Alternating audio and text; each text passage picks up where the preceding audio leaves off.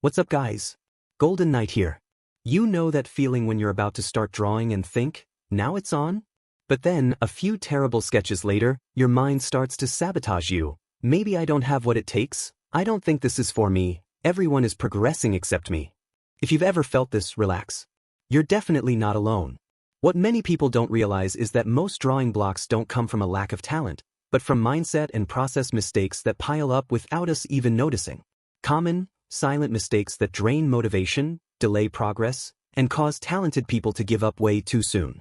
Today, we'll talk about 7 mistakes that, if you learn to identify and correct each one, will accelerate your progress in an unbelievable way. That said, let's take it easy, one step at a time. Starting with the mistake that destroys the motivation of beginners the most. By the way, I have to say, I've been taking the art school for digital artists by Mark Brunette, and honestly, I've never learned so much in such a short time. It's a super complete course, like a condensed art school, focused only on what really matters. Perspective, anatomy, composition, all explained really well. If you want to level up fast, this is the way. Check the first link in the description. Totally worth it. Expecting results too quickly. This is by far the most common mistake, and maybe the most unfair one you can make to yourself. You start drawing today and deep down, you expect that in a week, or at most a month, your line work will already look professional, close to that artist you follow who's been in the game for years. Art doesn't work like a button you push and suddenly you've made it. This isn't the Matrix. You can't just download the skill and become a master in a few minutes. Progress is slow, invisible in the day-to-day, but brutal when you look back after months or years. Every bad drawing you do today is not wasted time, it's training. Here's an important point that hardly anyone talks about. Your artistic eye, your perception, evolves faster than your hand can reproduce. That means there will be moments when you feel like you're getting worse, when in reality you're getting better. You start noticing mistakes you used to overlook, both in your own drawings and in others. You'll realize that artist you once thought was insanely good, maybe isn't that great. That's a sign your brain is refining its critical sense. Frustration comes from this mismatch between what you see and what you can execute. The problem with expecting quick results is that it kills consistency. You draw full of expectations, get disappointed, stop for a while, come back months later, start from scratch, and reinforce the feeling of stagnation. If you internalize that artistic progress is slow, uneven, and full of weird phases, the anxiety goes away. And that changes everything. Your focus shifts from immediate results to the process itself. That's when your evolution really begins to speed up, because you've finally stopped fighting time. Skipping basic fundamentals. This is where a lot of people stumble without realizing it. You start drawing because you love characters, epic scenes, badass creatures. Then someone brings up perspective, simple forms, light and shadow, basic anatomy, and that sounds boring, slow, almost like punishment. The instinct is to skip that part and go straight to the real drawing. But that shortcut comes at a high price. Fundamentals aren't a bunch of meaningless exercises, they're the foundation of art. They're what make a drawing work, no matter the style. The big problem with skipping fundamentals is that you can kind of get by, at first, copying other artists or repeating formulas. But when it's time to create something of your own, everything freezes. The character looks stiff, the pose is unconvincing, the painting feels lifeless. And then frustration hits hard, because you don't know exactly what's wrong. It's like trying to fix something in the dark. When you study the basics, you gain tools to diagnose the problem. You look at your drawing and think, okay, the volume isn't clear, or this lighting doesn't make sense, or this proportion is off. The more foundation you have, the freer you become. Great artists return to fundamentals all the time. Even after years, they do simple studies, basic warm-ups, exercises that seem beginner level. And no, studying fundamentals doesn't mean giving up what you love to draw. You just need to find a balance that works for you. Spend part of your time learning the essentials, and part applying them to something that excites you. Constantly comparing yourself. This mistake is silent, constant, and extremely corrosive. You finish a drawing you're kind of happy with, open your phone, just for a quick scroll, and boom, in seconds, your art feels like garbage. Your feed is full of incredible artists, perfect paintings.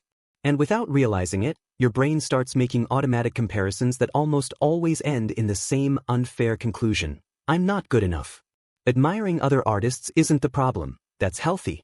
The problem is using someone else's journey as the ruler to measure your own. You're seeing the final result, not the path. You don't see the years of practice, the thousands of scrap drawings, the rough phases, the moments of doubt. You're comparing your backstage to someone else's spotlight. That comparison will never be fair. Another important point, social media doesn't show the full reality. It shows the best angle, the best art, the best moment. No one posts the failed study, the wonky sketch, the day when nothing worked. When you constantly compare yourself, you start creating a false narrative, as if everyone else is evolving fast except you. That creates anxiety and often makes people quit drawing purely from emotional exhaustion.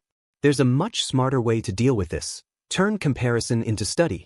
Instead of thinking, why don't I draw like that? Switch to, what exactly makes this drawing work? Observe how the artist uses light, simplifies forms, builds gesture, chooses colors. When you analyze instead of belittle yourself, the other artist stops being a rival and becomes a teacher.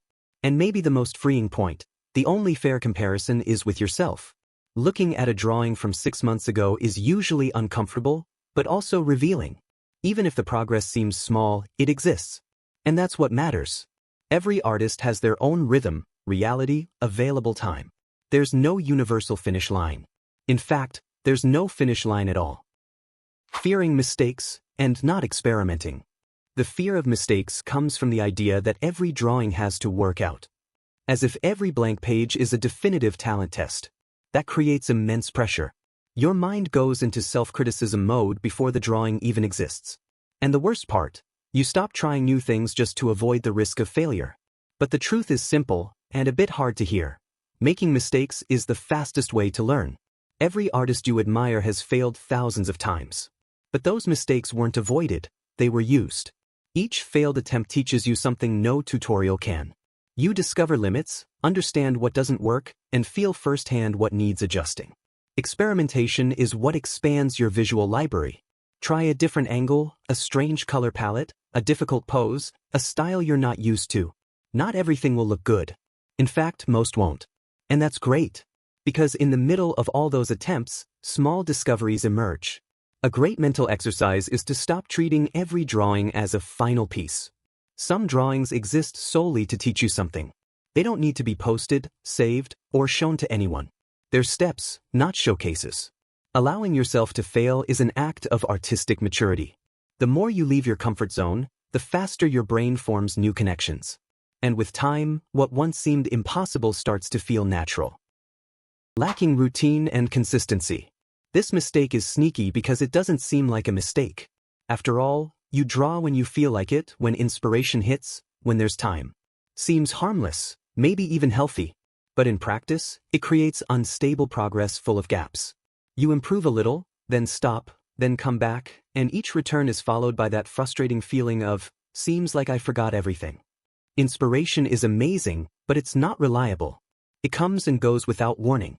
You have no control over it. If you depend on it, drawing becomes occasional, not a continuous process. When you draw frequently, your line becomes looser, decisions quicker and sharper, your eye more trained. Not because you're always inspired, but because you're always practicing. Having a routine doesn't mean drawing for hours every day or turning art into suffering. Quite the opposite. A small, sustainable routine is far more powerful than sporadic marathons. 20 minutes a day, well focused, brings way more progress than 8 hours once a week. The brain learns best with frequent repetition. Another key point is that a routine removes the burden of decision. You don't wake up wondering, should I draw today? You just do it. This reduces mental resistance, procrastination, and that exhausting internal negotiation. Over time, drawing becomes part of your identity, not an optional task. Ignoring feedback and studies. This mistake often appears when the artist has been drawing for a while but feels stuck. Sometimes they practice, even have a routine, but something's not progressing. And often the answer lies here: lack of real feedback and focused study. Evolving alone is possible, but it's slow and full of blind spots. When you look at your own drawing for too long, your brain gets used to the errors. They become part of your normal. That's where outside perspective becomes so valuable. A simple comment from someone more experienced or with a trained eye can reveal a problem you never noticed. Proportion, gesture, readability, contrast. Sometimes it's a small detail that unlocks a massive leap in quality. Fear of judgment makes many people avoid feedback. They'd rather not show their work than risk hearing something negative. But that comes at a high cost. You stay trapped within your own limitations. Constructive criticism isn't a personal attack. It's information. It's someone pointing out where you can improve. When you learn to separate the art from your ego, feedback becomes a gift. But there's also the opposite extreme, listening to everyone. Not every critique deserves attention. Some come from people who don't understand the subject, others are pure personal taste. Artistic maturity also means learning to filter feedback. Seek critique from those you respect, those who've walked the path you want to follow. And above all, look for patterns. If several people point out the same issue, there's probably something they're worth studying. Not developing an artist's mindset. This one is deeply personal and quite devastating. Because you can study fundamentals, practice daily, seek feedback, experiment with styles, and still feel blocked if your mind is working against you. Many people treat art as purely technical, as if drawing well is just mastering tools. But art is deeply emotional. It carries frustration, expectation, identity, comparison, a desire for recognition. If you define yourself only by the final result, every drawing becomes a judgment. A bad drawing becomes, I'm bad. An unproductive day becomes, I'm not cut out for this. Having an artist's mindset means understanding that you're in a continuous process of evolution. That bad days don't erase good ones. That stagnant periods are part of it. That not every drawing session has to produce something amazing. It's accepting that the artist's value lies in showing up, trying, failing, and coming back the next day. The artists who truly grow aren't the most talented or the fastest. They're the most persistent. The ones who keep drawing when no one's clapping, when the algorithm doesn't deliver, when the drawing doesn't turn out how they imagined. They learn to enjoy the process, not just the applause. If you made it this far, that already says a lot about you. It means you care. That you truly want to improve. Avoiding these 7 mistakes won't turn you into a master overnight, but it will put you miles ahead of most beginners. Every artist you admire has been exactly where you are now, confused, insecure, full of doubts. And they became who they are because they kept going. So keep going. If this video helped you in any way, don't forget to leave a like, subscribe to the channel, and turn on the notification bell so you don't miss the next ones. Thanks so much for watching all the way through. Don't forget to take a look at the description. There are several important links there that can help you even more. See you in the next video.